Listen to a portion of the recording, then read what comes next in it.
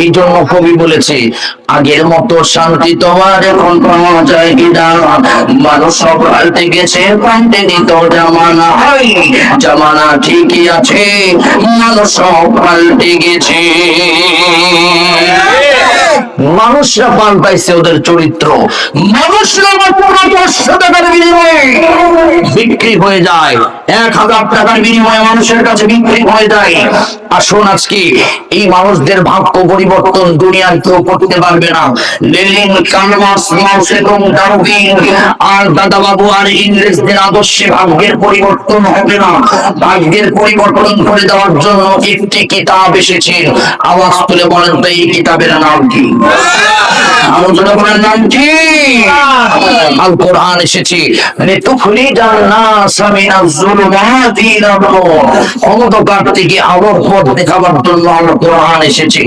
সেই কোরআনে কারীমের 114টা সূরার ভিতরে জাতি গঠন প্রেক্ষাপটকে সামনে রেখে একটি আয়াতে কারিমা আমি তেলাওয়াত করেছি।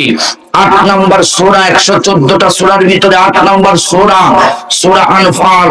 এই আয়াত থেকে আমার ছোট ভাই মাসুম বিল্লাহ নোমানী কথা বলেছেন। আমি এর 30 নম্বর আয়াত থেকে এই সূরার কথা বলবো। এই সূরায় মোট আয়াত রয়েছে 75, রুকু রয়েছে 10টি, নাজিল হয়েছে মদিনায়। আনফাল অর্থ হচ্ছে গনিমতের মাল, যুদ্ধলব্ধ সম্পদকে বলা হয় আনফাল। এরা আমার প্রথম নম্বর আয়াত থেকে নামকরণ করা হয়েছে আনফাল।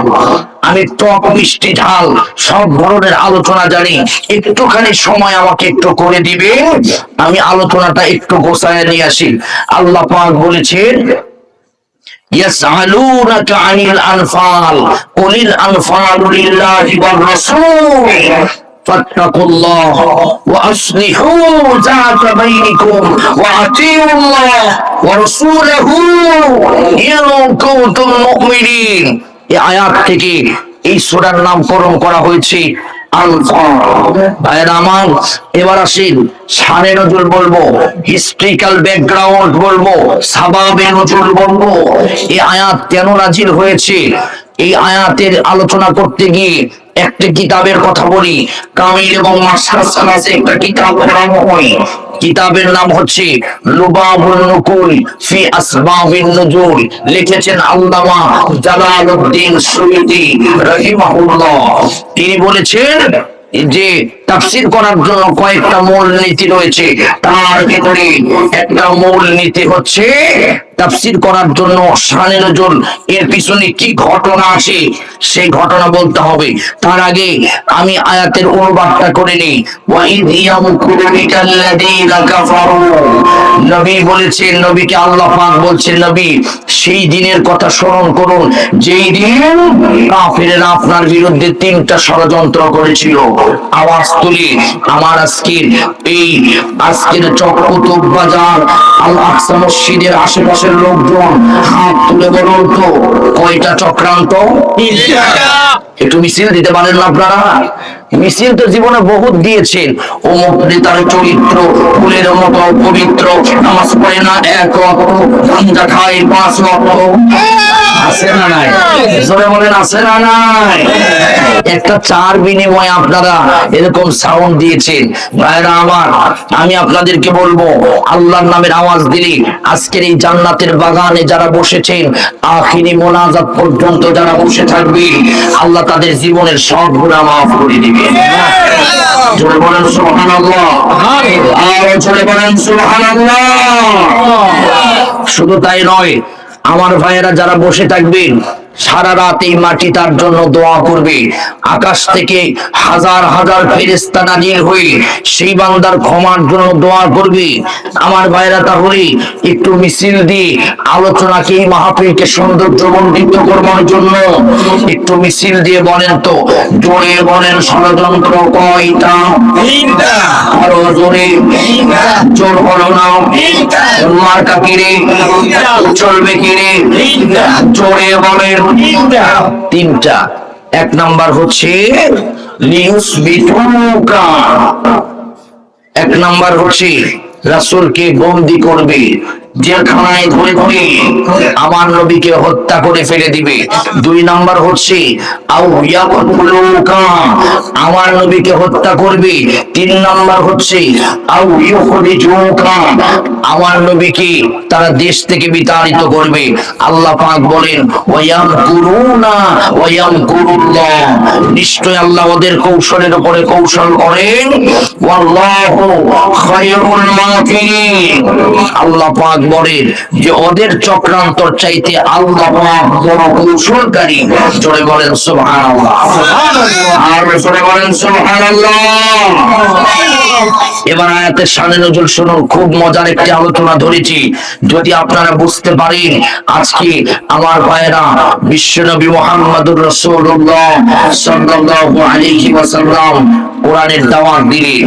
আল্লাহর নবী কোরআনের দাওয়াত দেওয়ার আগে এই জাহিলিয়াতের যুগের সমাজে আমার নবী জন্মগ্রহণ করেছিলেন। ব্লাড ফর ব্লাড, রক্তের জন্য রক্ত। আমার ভাইরা সেই জাহিলি যুগে একটা ঝগড়াকে কেন্দ্র করে 40 বছর ধরে সেই ঝগড়া লেগেই থাকতো। শুধু তাই নয়, সেই ঝগড়া যখন লেগে থাকতো, ঝগড়ার কোনো নিরসন হতো না।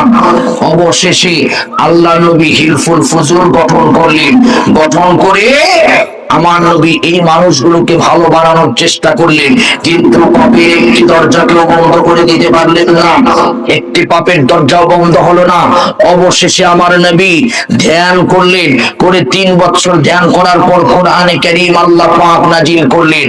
এই কোরআন যখন আসলো, আসার পর আমার নবীকে আল্লাহ পাক বললেন ওয়ানজির আশিরাতাকাল আকরাবিন, হে নবী আপনি আপনার আশেপাশের লোকজনকে দাওয়াত দেন। আমার নবী এসে খাদিজাতুল কুবরাকে দাওয়াত দিলেন। খাদিজা কালিমা পড়ে মুসলমান হলেন। নবীর চাচার কাছে গেলেন। চাচা বলল তাব্বালাকা ইয়া মুহাম্মদ আলি হাদা দাওয়াতানা, তোমার দাওয়াত বন্ধ করে দাও, তোমার এই দাওয়াত চলবে না। আমার ভাইরা ওখান থেকে চাচারা চক্রান্ত শুরু করলো। আমার নবীকে আমিন বলেছিল, আমার নবীকে সাদিক বলেছিল। এরপরে যখন বেঈমান কাফেরেরা আমার নবীকে কোরআন বলার অপরাধে নবীকে নির্যাতন করে করে দুনিয়ার জমিন থেকে বিদায় করে দেওয়ার চেষ্টা করলো, এমনকি আল্লাহর নবীকে পদে পদে অপমান করার চেষ্টা করলো। আজকে আমার আলোচনার বিষয় আমার ভাইরা, আমার নবীকে হত্যা করতে চেয়েছিল কিন্তু পারে নাই। চোখের এক ফোঁটা পানি পড়ে যাবে আপনার আলোচনাটা মনোযোগ দিয়ে শুনলে। আল্লাহর নবীকে বিভিন্ন ভাবে চক্রান্ত করলো, আমার নবীকে হত্যার ষড়যন্ত্র করলো। 1 বার নয় 2 বার নয়, তারপরে নবীকে হত্যা করতে পারলো না। আওয়াজ তুলে বলেন তো, নবীকে হেফাজতের দায়িত্ব কে নিয়েছে? হাত তুলে বলেন কে নিয়েছে? আরো তুলে বলেন কে নিয়েছে? আমার ভয়ের আমার প্রিয় বন্ধুগণ, খুবই মনোযোগ দিয়ে শুনবেন। আমার নবীকে, বিশ্ব নবীকে, আল্লাহর নবীকে নির্যাতন করা হলো।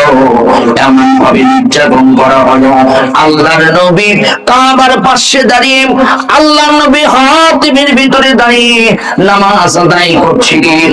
সেখানে আল্লাহর নবীর মাথার উপরে নারী বুড়ি চাপায়া দেওয়া হলো, কিন্তু দুনিয়া থেকে বিদায় করতে পারলো না। আল্লাহর নবীকে ঘিরে ঘিরে তারা কাফের বেঈমানেরা 11 জন মিলে আমার নবীকে হত্যা করতে চেয়েছিল, কিন্তু হত্যা করতে পারলো না।